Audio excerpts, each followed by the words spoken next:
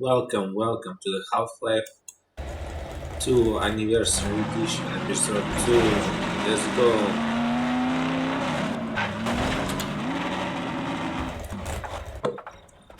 Having decided that we were going to rely on a car to get to White Forest, we had to figure out how to get Alex into the vehicle. Games often accomplish this by moving their characters close to the vehicle and then teleporting them inside in a very visible and jarring manner. We knew this would ruin Alex's believability as a character, so she had to smoothly get into a vehicle the way you would expect a person to in real life. This was no small task, given all the strange angles and positions the player could work the vehicle into. Alex also needed multiple entries into a vehicle, given that the doorway she wanted to use could be blocked or otherwise inaccessible. This also provided interesting moments for Alex, where she could vault over the hood of the vehicle in a very heroic fashion. The interaction between her and the vehicle was intriguing just by itself. Once we were sure she could enter and exit the vehicle convincingly, we then had the task of making her believable as she sat next to you. Our first experiments revolved around Alex reacting to the physical nature of the vehicle. When it crashed into a wall, she needed to be jolted. When you went around a bend, she needed to lean with the momentum of the car. We'll keep on the lookout. These details were crucial in making her feel like she was really going along for the bumpy ride with you. We also wanted her to be very aware of her surroundings and what the player was doing while in the vehicle. If you ran over a zombie, she needed to echo the internal reward the player felt for accomplishing the feat. If you were about to hit the wall, we wanted her to flinch and react to the impending collision, much as the player at home would be doing. There was a fine balance between making her too much of a backseat driver or having her be too quiet next to you. Ultimately, we wanted Alex's presence in the vehicle to seem so natural that players would never consider it anything other than normal. The original Episode 2 vehicle was dubbed the Jalopy, which says something about how uncool it was. Early feedback was that it seemed too similar to the Half-Life 2 buggy. So we decided to redesign it so that players would feel excited rather than disappointed when they saw the car. Gordon, let's Alex's go. original line when she first saw the Jalopy echoed the feelings of many early viewers. What a wreck. Forget about White Forest. We'll be lucky if we make it to the end of the block. I don't think I really got the full scope of what Alex Vance is or how she's created until the first time that I went to Valve headquarters. And what was really important was that I got a better idea of how big the team was. I mean, a lot of people work really hard to make Alex Vance who she is. And, I mean, you hear my voice, and, you know, it's easy to say, oh, that's Alex, or Jamil is Alex, but that is so not the case. These people spend hours in front of their computer or writing their scripts or dreaming up this beautiful person, and it really just... I'm just the cake topping, really.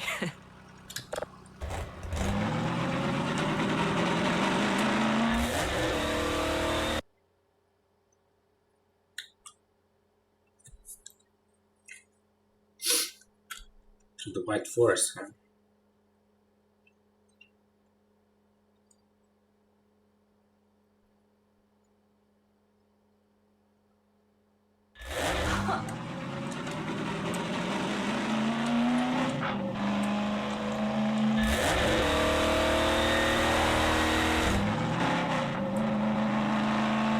Should have known it wouldn't be as easy as just driving down the road. Looks like we'll have to take a detour.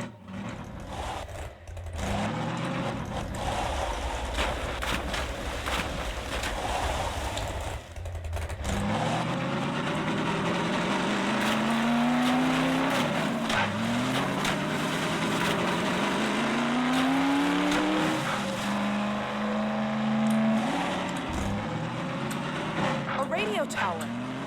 If it's working, we need to send a warning to White Forest. They've got no idea the Combine's heading their way.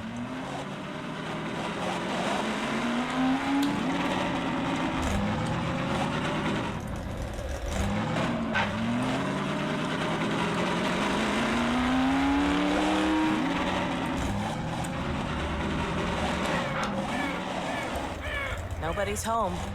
Wonder how long it's been deserted. They must have a transmitter in one of these buildings.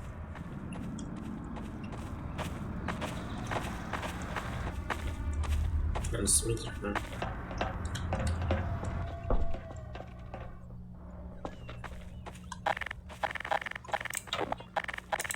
Rollback.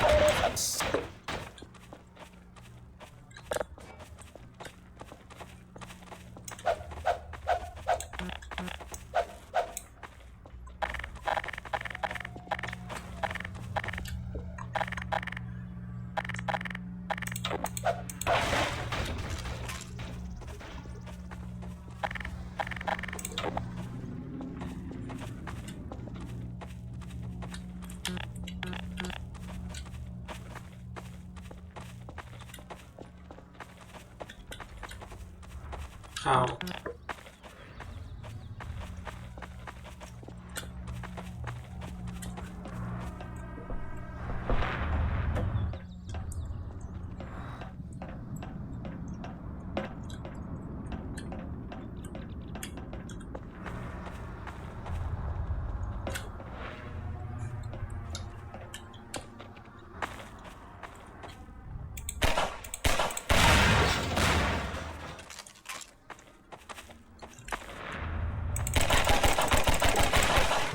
Alright.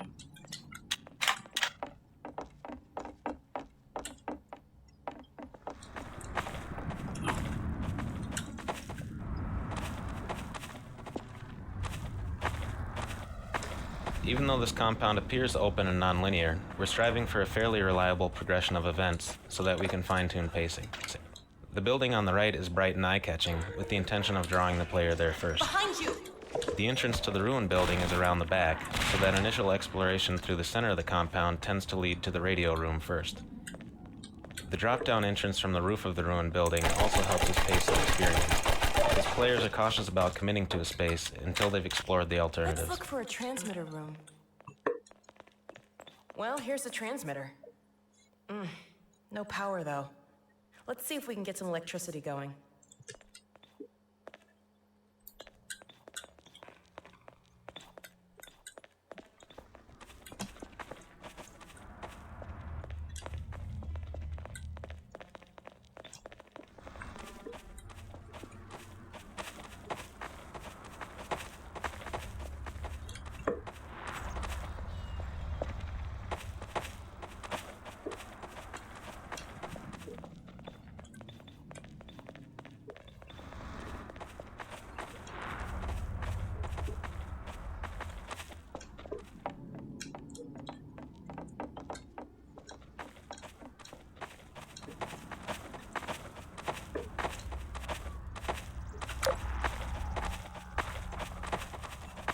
Where's the electricity?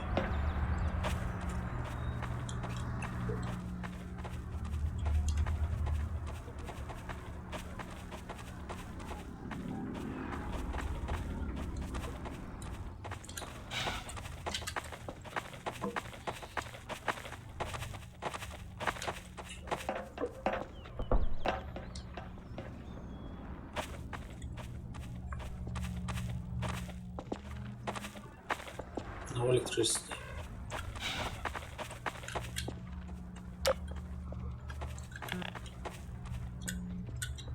Oh, I'll keep a lookout while you poke around inside.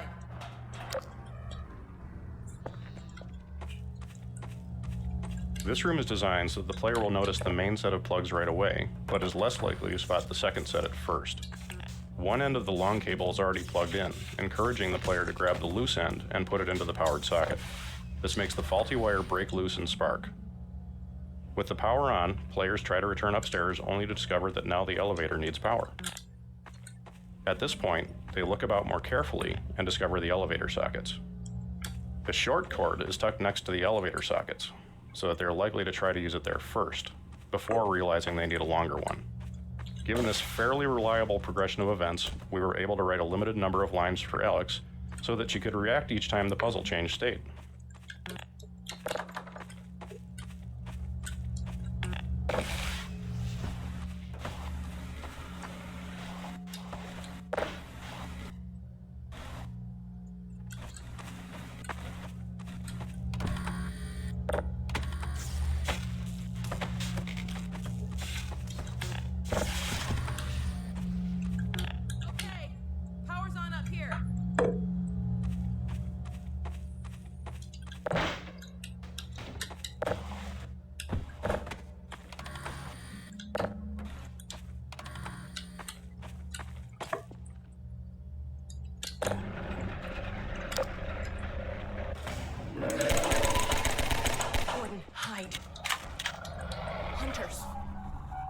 The scene where Alex sees the hunters for the first time since her injury was meant to be a turning point for her as a character, and an emotional highlight for the episode, both for Gordon and for Alex. One reason we had a hunter injure Alex in the beginning of the episode was so she could have a strong emotional reaction to the creatures and use the start of combat as a way of building a good character moment. Alex's previous encounter has given her a visceral fear of hunters, but now she has to make a conscious choice to get past her fear and into the right state for fighting them. She uses anger to get there.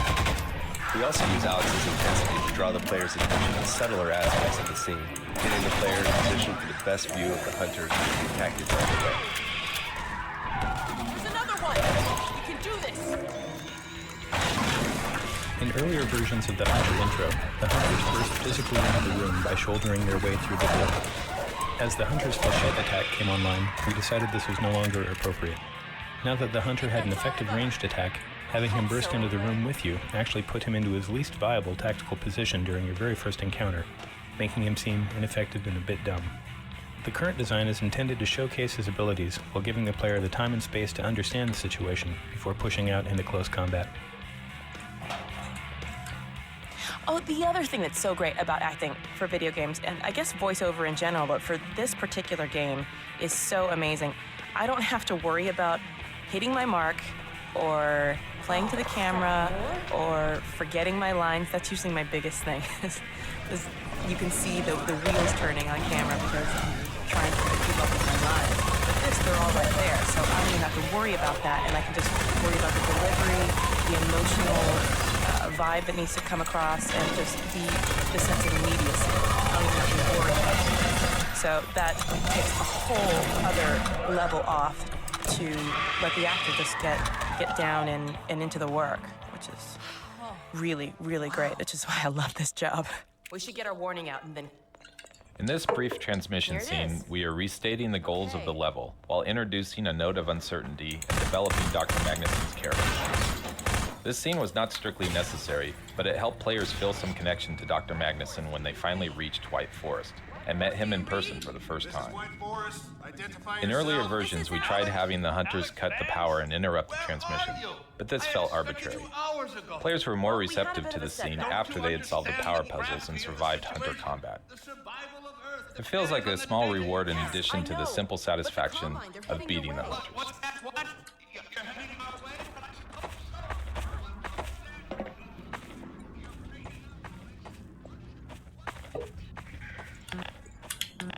This area was designed to train the player in the art of hunter combat, and during the development process it changed continually to suit the hunter's behavior. The first hunter prototypes could be killed only by the blunt impact of physics objects. Therefore, to make sure the player learned this technique, we trapped him in this area with one hunter and kept him locked in until he defeated it. Upon the hunter's death, reinforcements broke down the gate and doors, opening up the arena. As time went on and the hunter was modified to make it vulnerable to all types of damage, our grip on the player gradually relaxed, permitting freedom of movement and a wider range of tactics right from the start of the encounter. Keep going. See if we can pick up the road somewhere ahead.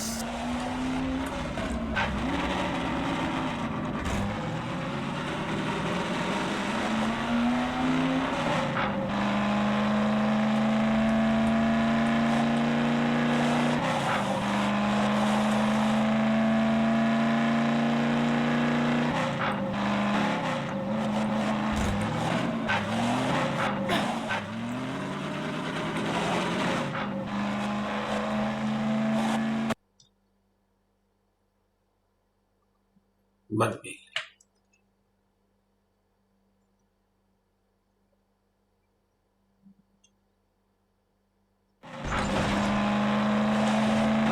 Hey, I know that peak. You can see it from White Forest. We're heading the right way.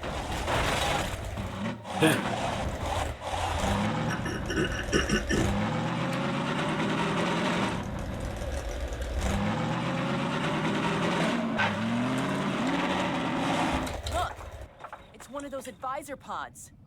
Back in the Citadel, those things we saw. This crashed advisor pod is a bit of storytelling embedded in the landscape. It hints at what lies ahead, while suggesting what must have happened in this location only a few hours before Gordon and Alex arrived. By placing artifacts of this sort throughout the episode, we slowly bring advisors into the foreground and develop their importance to the story in a way that doesn't depend on staged dramatic scenes.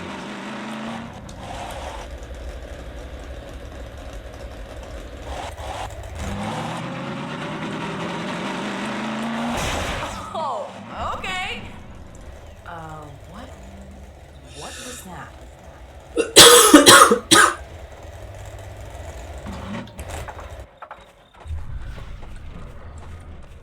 There it is again.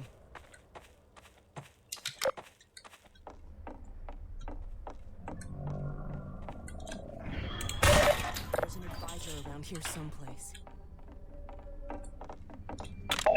Looks like we weren't the first to find this place.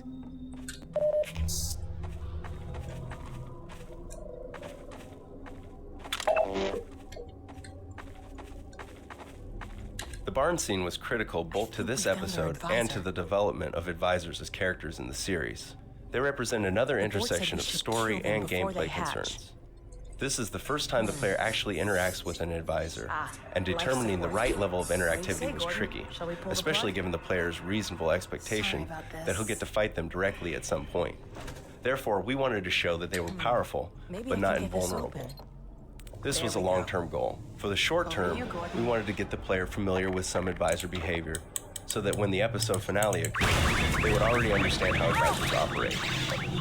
By showing the advisor fumbling with an inert object, then a dead rebel, and finally grabbing the player, we allow the player to observe behavior and then gradually make it more and more of a direct threat.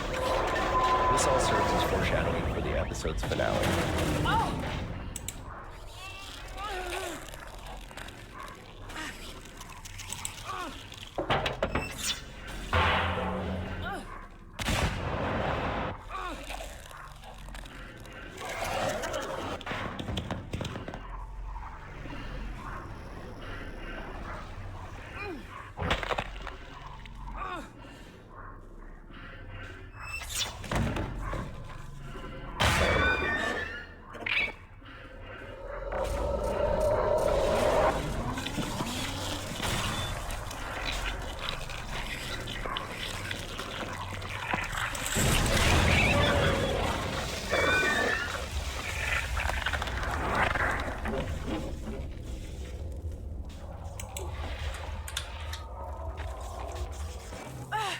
This swirling debris effect uses much of the same underlying technology that powers our other cinematic physics events in Episode 2, but with a few important differences.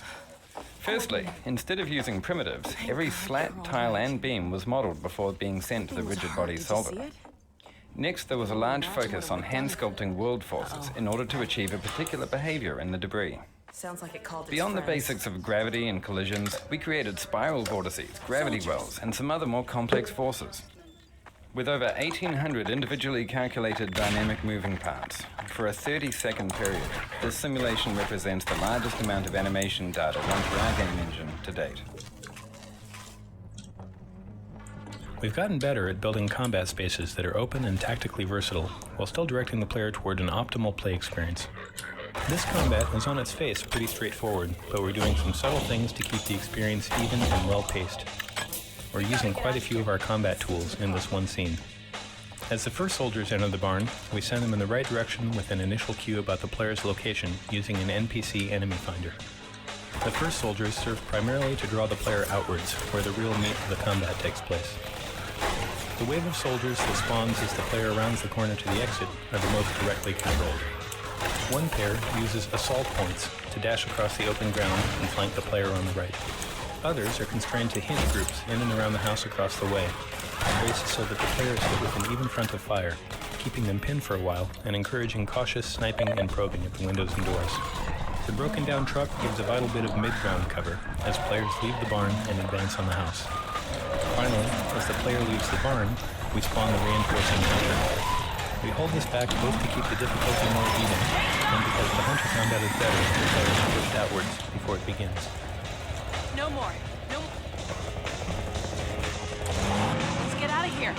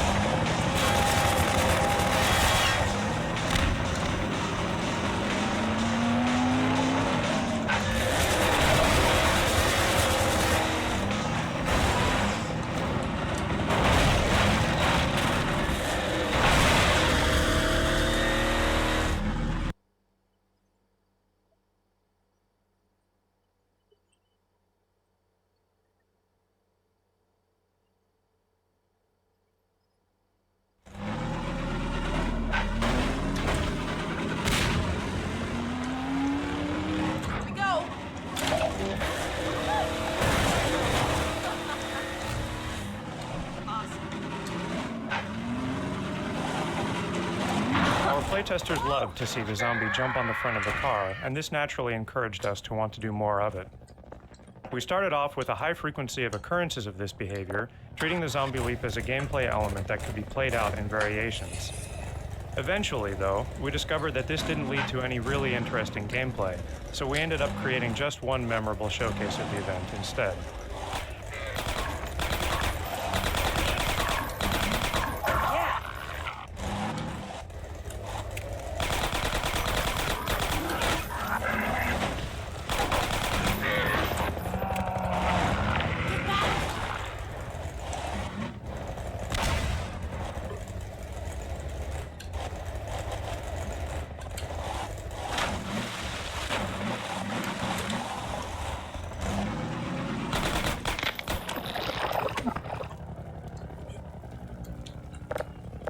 Oh. You know, it's a good thing Let's hit the road.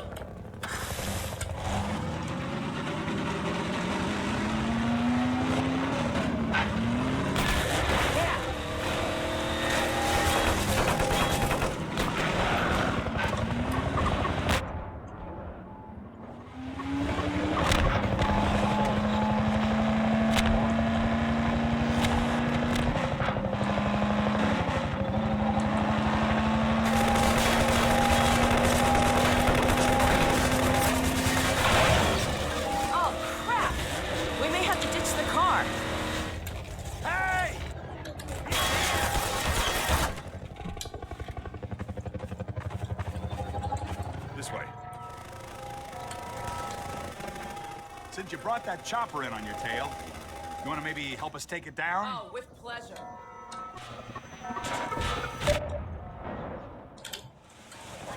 Shit. Take it down!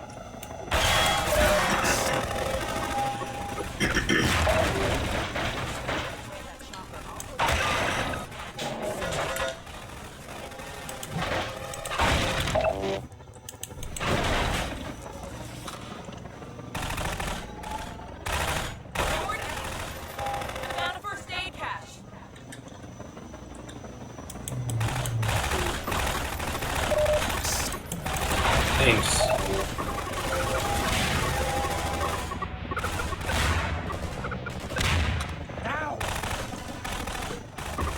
Is it really necessary to shoot with machine guns and rifles?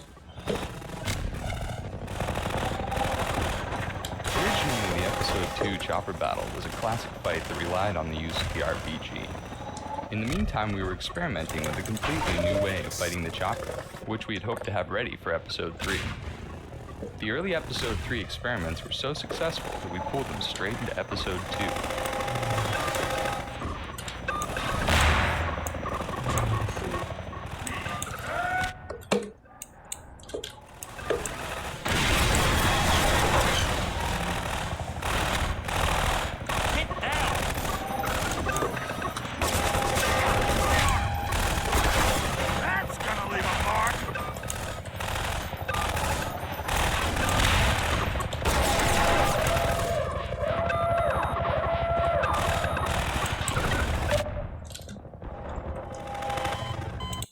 No way.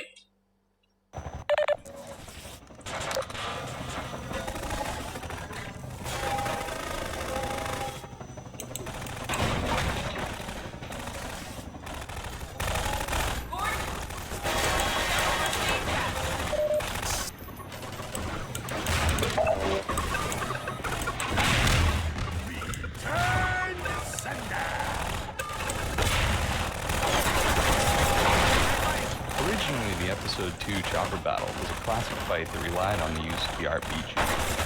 In the meantime, we were experimenting with a completely new way of fighting the chopper, which we had hoped to have ready for Episode 3. The early Episode 3 experiments were so successful that we pulled them straight into Episode 2.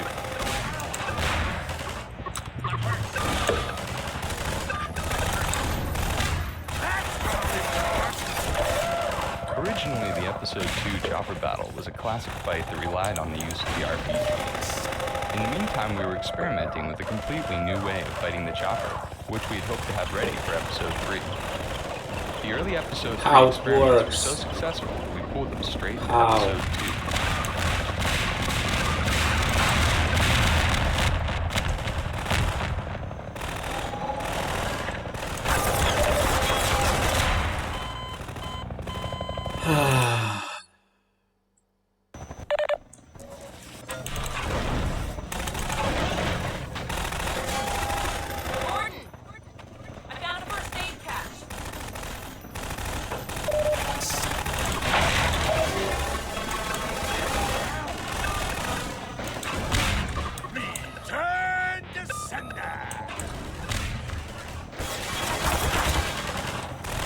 Originally, the episode 2 chopper battle was a classic fight that relied on the use of the RPG. In the meantime, we were experimenting with a completely new way of fighting the chopper, which we hoped to have ready for episode 3. The early episode 3 experiments were so successful that we pulled them straight into episode 2. That's gonna leave a mark! Originally, the episode 2 chopper battle was a classic fight that relied on the use of the RPG. In the meantime, we were experimenting with a completely new way of fighting the chopper, which we had hoped to have ready for episode 3. The early episode 3 experiments were so successful that we pulled them straight into episode 2. Originally, the episode 2 chopper battle was a classic fight that relied on the use of the RPG. In the meantime, we were experimenting with a completely new way of fighting the chopper, which we had hoped to have ready for episode 3. Originally, the episode 2 chopper battle was a classic fight that relied on the use of the RPG. In the meantime, we were experimenting with a completely new way of fighting the chopper, which we had hoped to have ready for episode 3. The early episode 3 experiments were so successful that we pulled them straight into episode 2.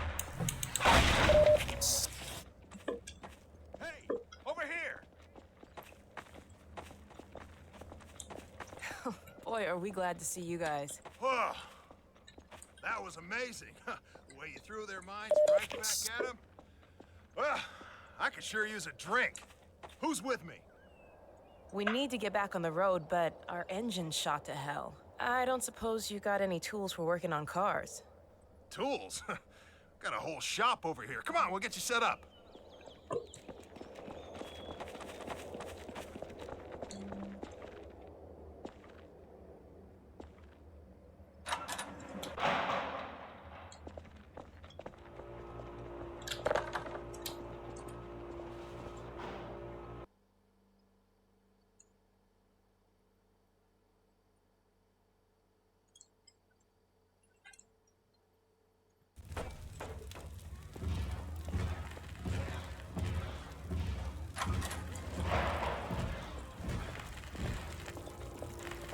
Originally, there was a second driving section between the chopper battle and the autogun trenches. The pacing felt wrong, so we decided to remove it and connect the end pieces so that the train yard opens directly into the garage. Normally run supplies out of the White Forest base, but a few days ago the Combine cut off access.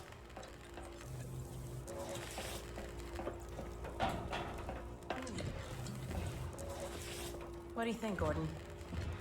Maybe while I'm getting the car fixed up, you can see about clearing up that roadblock. All the fresh zombies coming out of City 17 have kept them pinned down. It's just a matter of time till the troops start pushing this way. If you think you're up to it, we'll let you out there. Oh, he's always up for it. Right, Gordon? We got a trap door up here where I can let you over to the other side. That way you'll get to see the gun before it sees you.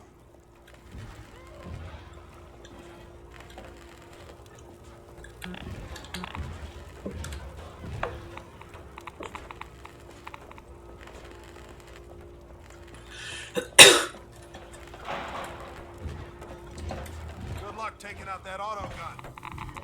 Playtesters often fail to recognize that they could scramble through windows while they were avoiding being shot by the autogun. We added this window exit and forced players to use it so that they would learn to rely on windows to get around.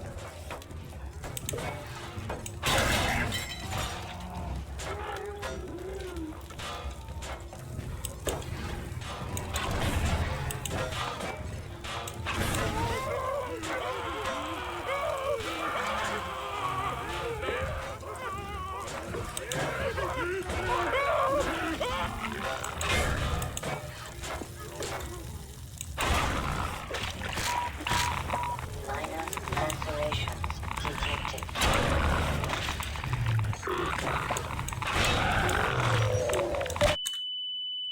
Sheesh.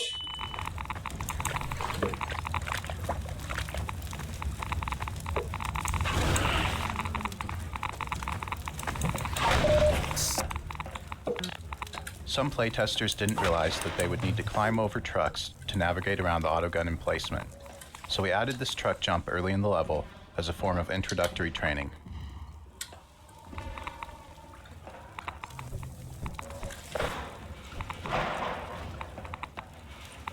Alright, that's all for now. Let's see what will happen next time.